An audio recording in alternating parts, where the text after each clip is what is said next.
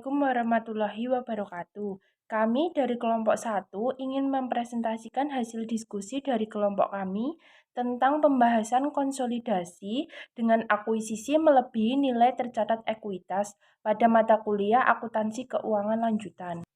Kelompok 1 yang beranggotakan Saya Indah Setia Astuti, nomor NIM 205221173.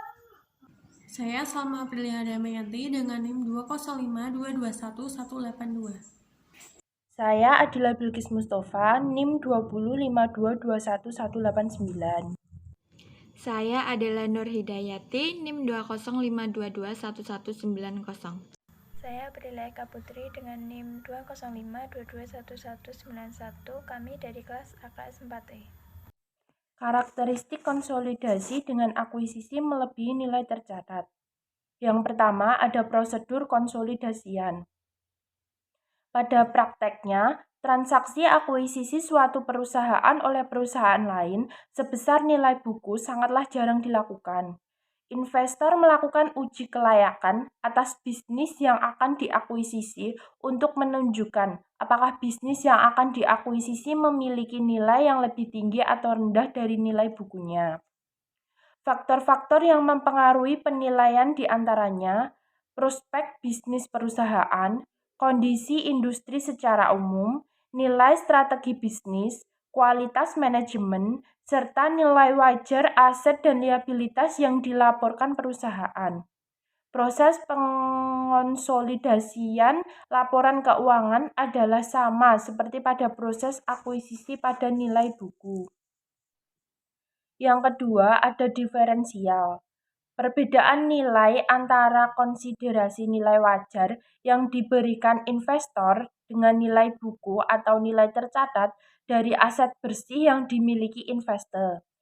Berdasarkan SAK 22 revisi pada tahun 2020, diferensial harus dialokasikan pada aset teridentifikasi yang diperoleh dan atau liabilitas yang diambil alih yang dianggap menyebabkan nilai wajar dari entitas anak yang dikonsolidasikan melebihi nilai bukunya atau dialokasikan sebagai goodwill.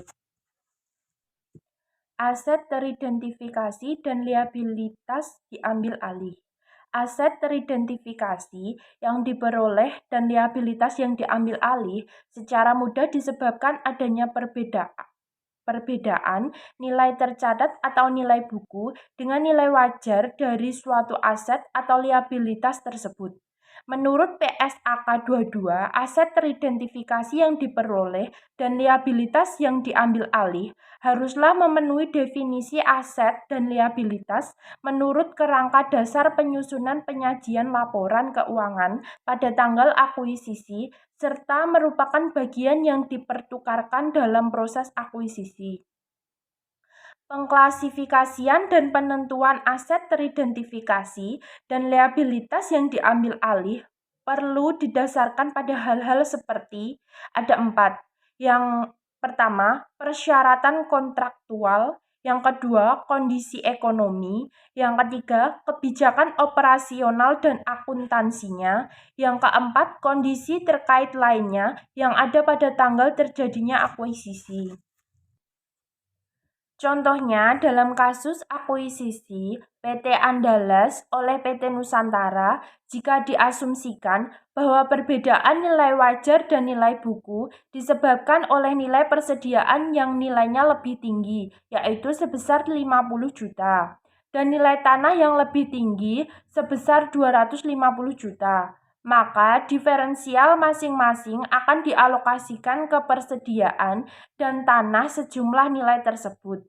Pengalokasian diferensial pada aset teridentifikasi menggunakan jurnal eliminasi sebagai berikut. Persediaan pada debit sebesar 50 juta, tanah pada debit sebesar 250 juta, dengan diferensial pada kredit sebesar 300 juta, yaitu mengatribusikan diferensial terhadap persediaan dan tanah. Untuk selanjutnya adalah goodwill. PSAK 22 mengidentifikasikan goodwill sebagai selisih antara nilai agregat dari 1 imbalan yang dialihkan, 2 jumlah kepentingan non-pengendali, 3 nilai wajar kepentingan ekuitas yang sebelumnya diakuisisi jika kombinasi bisnis dilakukan bertahap, dan nilai wajar dari aset teridentifikasi yang diperoleh dan liabilitas yang diambil alih.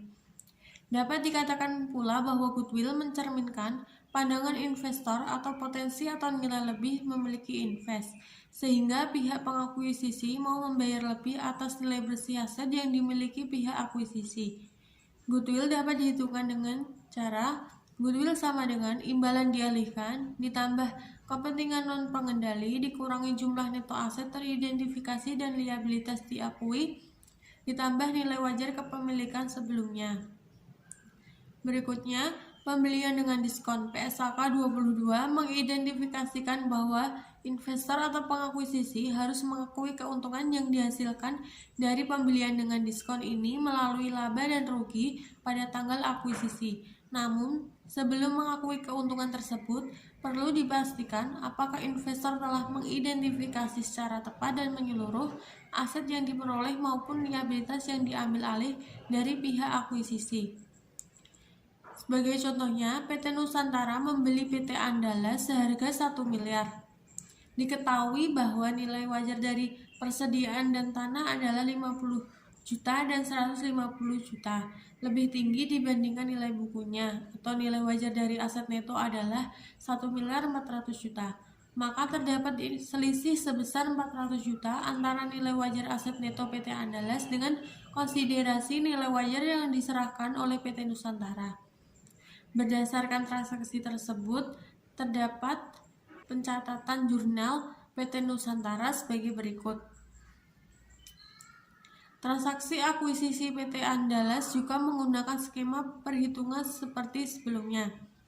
Nilai investasi 1 miliar 500 juta di kredit dan nilai bukunya saham biasa 800 juta di debit, saldo laba 400 juta di debit. Total nilai bukunya 1 miliar 200 juta. Selisih atau diferensialnya 1 miliar 500 juta dikurangi 1 miliar 200 juta hasilnya 300 juta. Dalam kasus akuisisi PT Andalas oleh PT Nusantara, jika diasumsikan bahwa perbedaan nilai investasi dan nilai buku disebabkan oleh goodwill, maka pengalokasian diferensial pada goodwill menggunakan jurnal eliminasi sebagai berikut. Goodwill 300 juta di debit, investasi pada PT Andalas 300 juta di kredit. Jurnal tersebut mencatat diferensial terhadap goodwill. Berikutnya terdapat jurnal 1 Januari 2020. Investasi pada PT Andalas di debit 1 miliar 400 juta, kas di debit 1 miliar, keuntungan pada harga diskon di kredit 400 juta. Jurnal tersebut mencatat pembelian saham PT Andalas.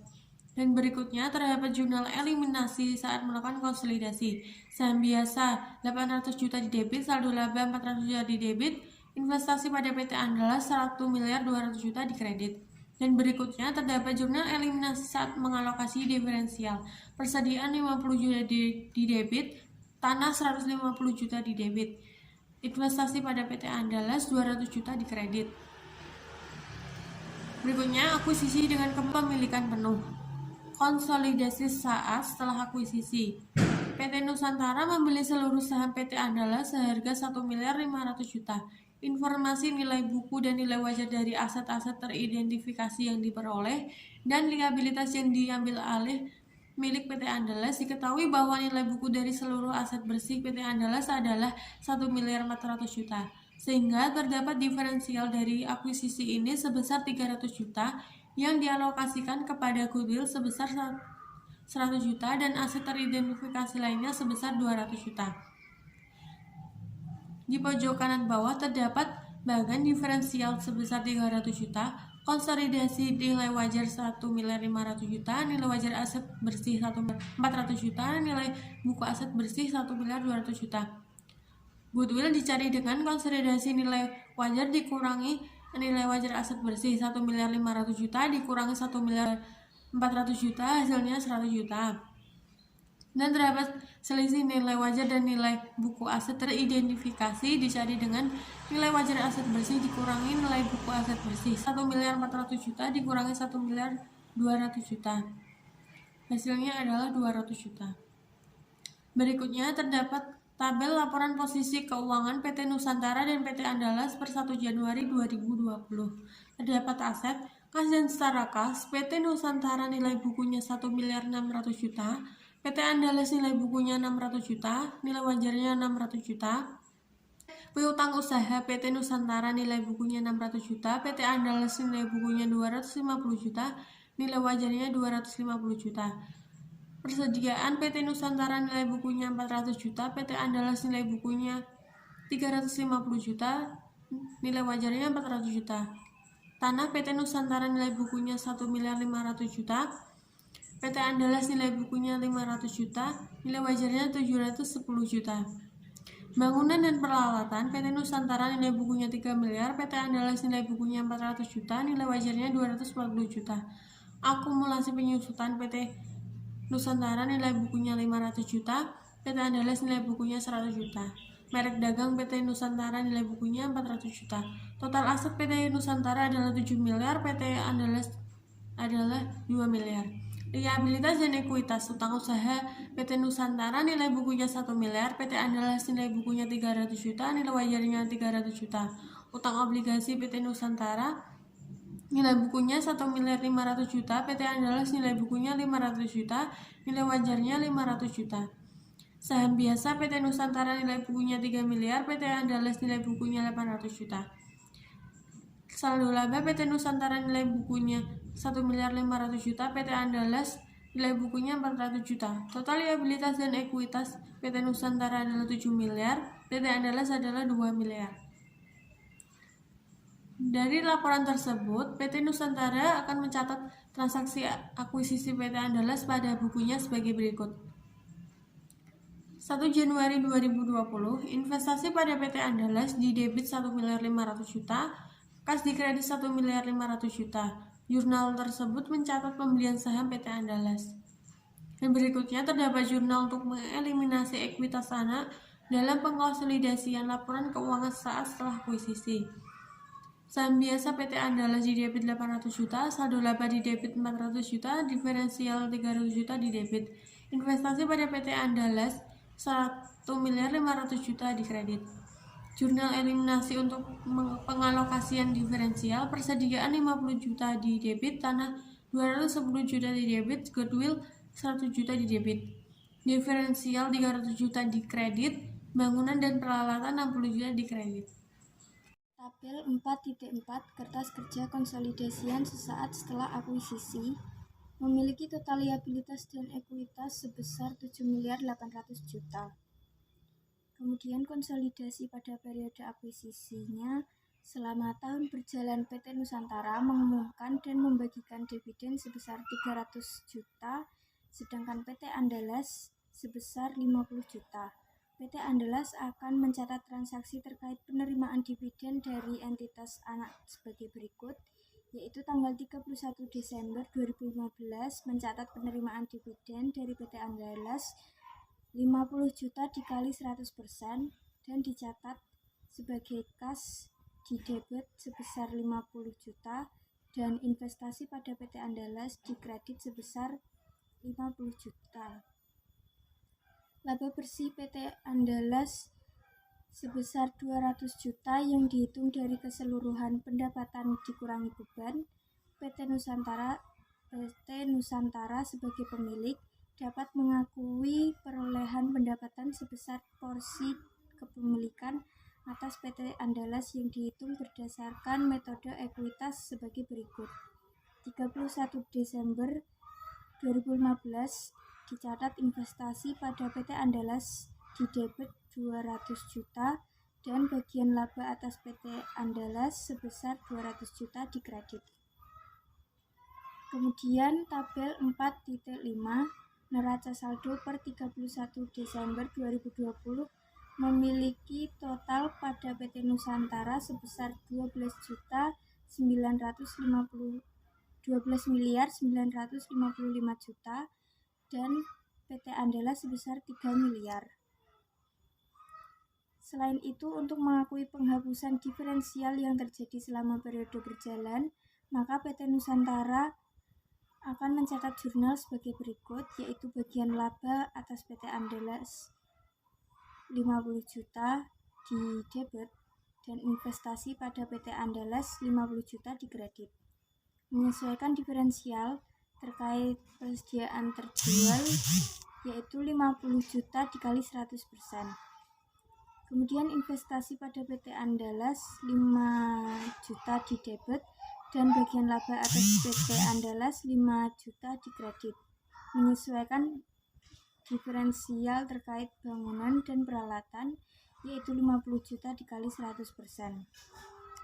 Jurnal eliminasinya adalah sebagai berikut, yaitu saham biasa 800 juta di debit, saldo laba 400 juta di debit, bagian laba atas PT Andalas 200 juta di debit, kemudian dividen diumumkan 50 juta di kredit, investasi pada PT Andalas 1.350 juta di kredit.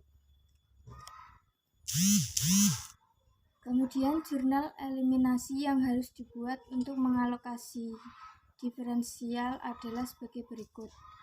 Beban pokok penjualan 50 juta di debit dan beban penyusutan 5 juta di kredit, beban laba atas PT Andalas 45 juta di kredit. Kemudian tanah 210 juta di debit, akumulasi penyusutan 5 juta di kredit, goodwill 100 juta di debit, bangunan atas peralatan 60 juta di kredit, investasi pada PT Andalas 255 juta di kredit. Kemudian tabel 4.7 yaitu kertas kerja konsolidasian PT Nusantara dan entitas anak. Memiliki total liabilitas dan ekuitas sebesar 8.455 juta. Kemudian laba neto konsolidasi 2020 yaitu laba neto terpisah PT Nusantara sebesar 600 juta, laba neto PT Andalas sebesar 200 juta, amortisasi diferensial terkait persediaan 50 dikurang 50 juta, amortisasi diferensial terkait bangunan dan peralatan sebesar 5 juta, laba neto konsolidasian sebesar 755 juta.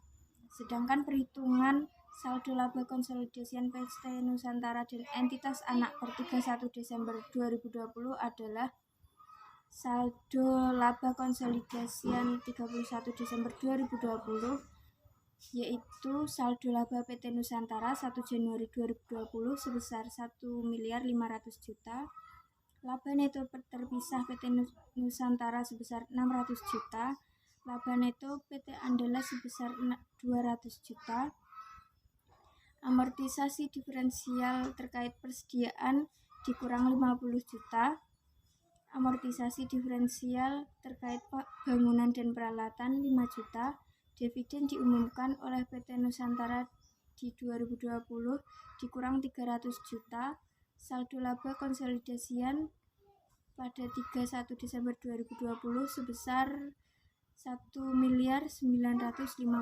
juta.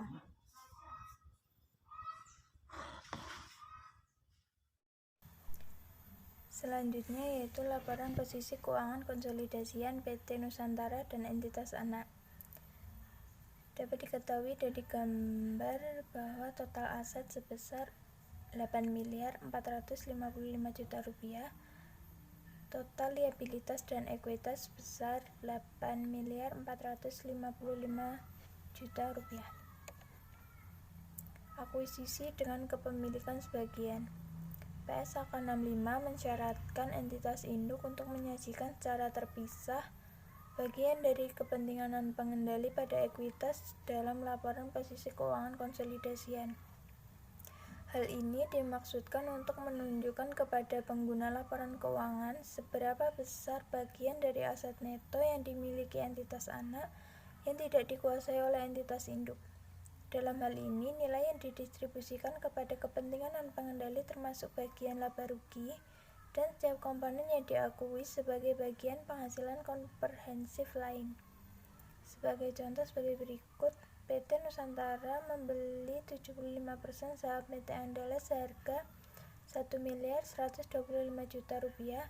Pada saat dilakukan akuisisi, diketahui pula bahwa nilai wajar dari kepentingan dan pengendali Rp375.000.000, sedangkan nilai wajar dari seluruh aset dan liabilitas PT Andalas adalah Rp1.400.000.000. Nilai buku dari seluruh ekuitas PT Andalas adalah Rp1.200.000.000, sehingga terdapat diferensial dari akuisisi ini sebesar Rp300.000.000 yang dialokasikan pada goodwill sebesar Rp100.000.000 dan aset teridentifikasi lainnya sebesar Rp200.000.000. Perhitungannya sebagai berikut. Nilai wajar yang diberikan PT Nusantara ditambah dengan nilai wajar kepentingan dan pengendali sehingga diperoleh nilai Rp1.500.000.000. Nilai buku aset neto PT Andalas yaitu terdiri saham biasa Rp800 juta, saldo laba Rp400 juta, sehingga total nilai buku aset neto PT Andalas sebesar Rp1.200.000.000, sehingga diperoleh total diferensial sebesar Rp300.000.000. PT Nusantara akan mencatat transaksi akuisisi PT Andalas ini sebagai berikut. Investasi pada PT Andalas di debit sebesar Rp1.125.000.000, kas di kredit sebesar Rp1.125.000.000. Berikut ini adalah perhitungan aset neto PT Andalas dan bagian PT Nusantara serta kepentingan dan pengendali atas aset neto tersebut. PT Nusantara 75% yaitu sebesar Rp900 juta ditambah kepentingan dan pengendali 25% yaitu sebesar Rp300 juta, sama dengan saham biasa Rp800 juta ditambah saldo laba Rp400 juta. Jurnal eliminasinya sebagai berikut. Saham biasa debit sebesar Rp800 juta, saldo laba debit sebesar Rp400 juta. Investasi pada PT Andalas kredit sebesar Rp900 juta, kepentingan dan pengendali kredit sebesar Rp300 juta. Jurnal eliminasi untuk mengeliminasi ekuitas dan investasi pada PT Andalas. Selanjutnya yaitu jurnal eliminasi yang harus dibuat untuk mengalokasikan diferensial adalah sebagai berikut. Persediaan sebesar Rp50 juta, tanah debit sebesar Rp210 juta, goodwill debit sebesar Rp100 juta, bangunan dan peralatan sebesar Rp60 juta, investasi pada PT Andalas kredit sebesar Rp225 juta, kepentingan dan pengendali sebesar Rp75 juta. Laporan posisi keuangan konsolidasian PT Nusantara dan entitas anak sesaat setelah transaksi akuisisi dapat dilihat pada gambar berikut. Dapat diketahui bahwa total aset sebesar Rp8.175.000.000, total liabilitas dan ekuitas sebesar Rp8.175.000.000. Konsolidasi pada periode akuisisi. PT Nusantara mengumumkan dari membagikan dividen sebesar Rp300 juta, sedangkan PT Andalas mengumumkan dan membagikan dividen sebesar Rp50 juta. PT Nusantara sebagai perusahaan yang memiliki PT Andalas akan mencatat transaksi terkait penerimaan dividen dari anak perusahaan sebagai berikut. Pada tanggal 30 Desember 2020, kas senilai Rp37.500.000 dan investasi PT Andalas sebesar Rp37.500.000 di kredit. Pencatatan penerimaan dividen dari PT Andalas sebesar 50.000 kali 75%. Dilihat dari tabel 4.12 neraca saldo PT Nusantara dan PT Andalas per 31 Desember 2020, total dari debit PT Nusantara sebesar 12.916.250.000, sedangkan yang dikredit juga 12.916.250.000. Untuk total PT Andalas yaitu 3 miliar di debit, 3 miliar di kredit. Selama setahun berjalan, PT Andalas melaporkan pelaporan laba bersih sebesar 200 juta rupiah yang dapat dihitung dari menjumlahkan seluruh pendapatan lalu dikurangi seluruh beban yang dilaporkan. Atas laba bersih yang dilaporkan ini, PT Nusantara sebagai pemilik dapat mengakui perolehan pendapatan sebesar porsi kepemilikan atas PT Andalas berdasarkan metode ekuitas sebagai berikut. Pada tanggal 31 Desember 2020, investasi pada PT Andalas di debit sebesar 150 juta, bagian laba atas PT Andalas di kredit sebesar 150 juta. Pencatatan tersebut untuk pengakuan bagian laba dari PT Andalas 200 juta dikali 75%. Selain itu, untuk mengakui penghapusan diferensial yang terjadi selama periode berjalan, maka PT Nusantara akan mencatat jurnal sebagai berikut. Bagian laba atas PT Andalas dikredit sebesar 37.500.000, investasi pada PT Andalas di debit sebesar 37.500.000. Menyesuaikan diferensi terkait persediaan terjual 50 juta rupiah kali 75%. Investasi pada PT Andalas di debit 3.750.000 rupiah. Untuk bagian laba atas PT Andalas di kredit sebesar 3.750.000 rupiah.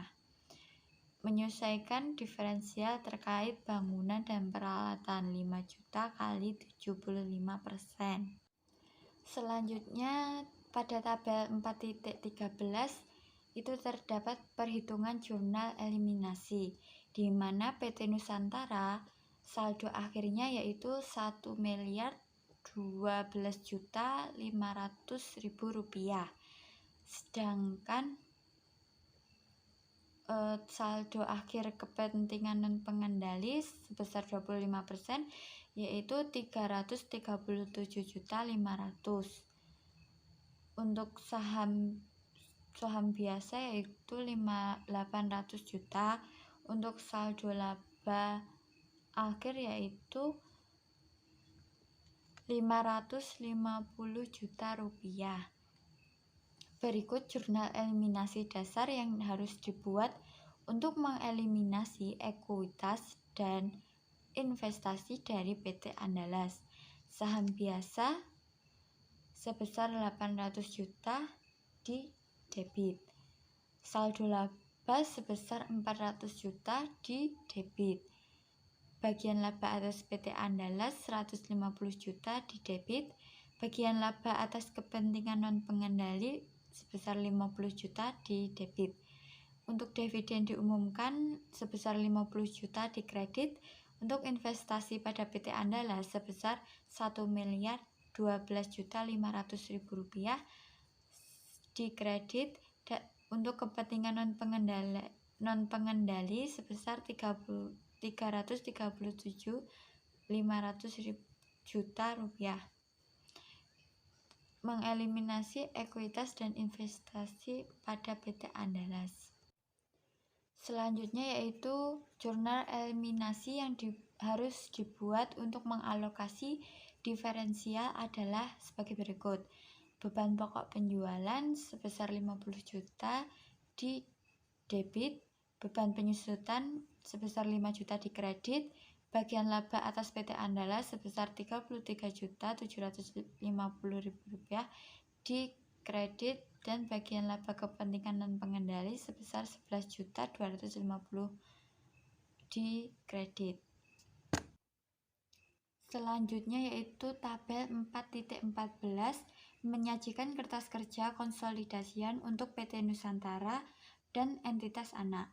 Pada tabel tersebut dapat terlihat proses penyusunan laporan keuangan konsolidasian menggunakan bantuan kertas kerja konsolidasian dengan prosedur yang telah dijelaskan sebelumnya. Berdasarkan kertas kerja konsolidasian pada tabel 4.14 dapat kita lihat bahwa laba neto konsolidasian PT Nusantara dan PT dan anak perusahaan untuk periode yang berakhir 31 Desember 2020 adalah Rp775 juta, sedangkan saldo laba konsolidasian per tanggal 31 Desember 2020 adalah Rp1.919.250.000. Adapun perhitungan laba neto konsolidasian untuk PT Nusantara dan anak perusahaan adalah sebagai berikut. Laba neto konsolidasian 2020. Laba neto terpisah PT Nusantara 600 juta, laba neto PT Andalas 200 juta, amortisasi diferensial terkait persediaan terjual dikurang 50 juta, amortisasi diferensial terkait bangunan dan peralatan 5 juta. Total laba neto konsolidasian sebesar 755 juta. Untuk bagian induk atas laba neto 2020, laba neto konsolidasian 2020 755 juta dikurangi bagian laba kepentingan non pengendali sebesar 38.750.000. Total bagian induk atas laba neto sebesar 716.250.000. Sedangkan perhitungan saldo laba konsolidasian PT Nusantara dan entitas anak per 31 Desember 2020 adalah saldo laba konsolidasian 31 Desember 2020. Saldo laba PT Nusantara 1 Januari 2020 sebesar Rp1.500.000.000. Bagian induk atas laba neto 2020 sebesar Rp716.250.000. Dividen diumumkan oleh PT Nusantara di 2020 dikurangi 300 juta. Total saldo laba konsolidasian 31 Desember 2020 sebesar Rp1.916.250.000. Pada gambar 4.7 laporan posisi keuangan konsolidasian PT Nusantara dan entitas anak. Untuk akun aset, kas dan setara kas sebesar Rp1.462.500.000. Piutang usaha sebesar Rp1.175.000.000. Persediaan sebesar Rp1.050.000.000. Tanah sebesar Rp2.210.000.000. Bangunan dan peralatan sebesar Rp3.340.000.000. Untuk akumulasi penyusutannya yaitu Rp870 juta. Totalnya Rp2.470 juta. Merek dagang sebesar 400 juta, akumulasi amortisasi sebesar 50 juta dan 350 juta. Untuk goodwill-nya sebesar 100 juta. Total aset yaitu Rp8.417.500.000. Untuk akun liabilitas utang usaha sebesar Rp1.500.000 juta. Untuk utang obligasi sebesar Rp2 miliar. Untuk akun ekuitas saham biasa sebesar Rp3 miliar. Saldo laba sebesar Rp1.916.250.000. Untuk kepentingan non pengendali sebesar Rp400 1.250.000. Total liabilitas dan ekuitas sebesar 8.817.500.000. Cukup sekian penjelasan dari kelompok kami mengenai pembahasan konsolidasi dengan akuisisi melebihi nilai tercatat ekuitas. Bila ada salah kata mohon dimaafkan. Wassalamualaikum warahmatullahi wabarakatuh.